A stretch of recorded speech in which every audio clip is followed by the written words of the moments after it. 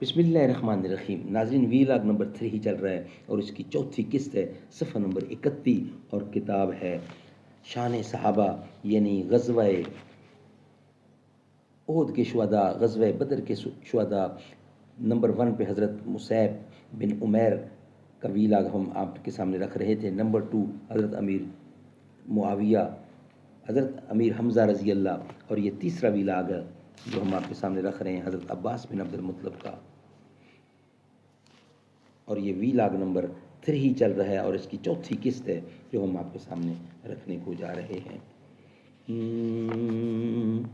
نشہ پلا کے گرانا تو سب کو آتا ہے، مزہ تو تب ہے کہ گرتوں کو تھام لے ساکی. ستاروں سے آگے جہاں اور بھی ہیں، ابھی عشق کے امتحان اور بھی ہیں. تیرے عشق کی انتہا چاہتا ہوں، میری سادگی دیکھ کیا چاہتا ہوں. ناظرین، قریش مکہ سمجھتے تھے کہ عباس کو محمد صلی اللہ علیہ وسلم سے صرف خون کی محبت ہے، ورنہ وہ قریش کے ساتھ ہیں.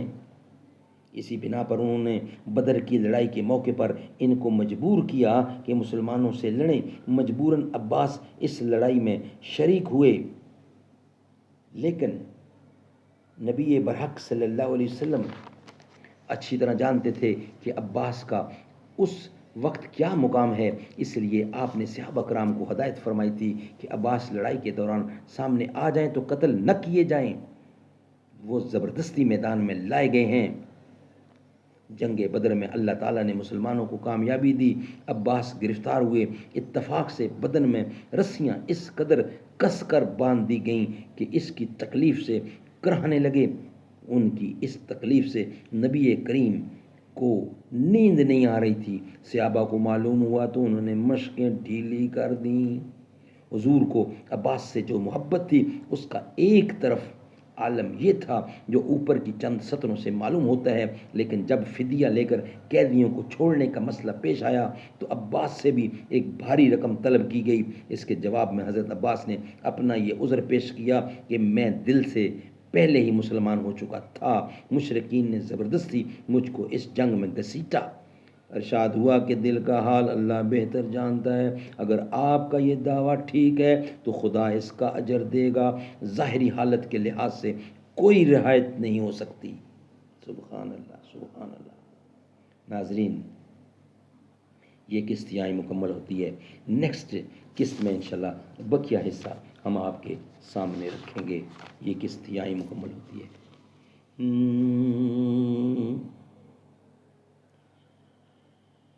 یہ سبق کس نے پڑھایا خاص اپنے در کا، خاص اپنے در کا رکھا تو نے اے مولا مجھے.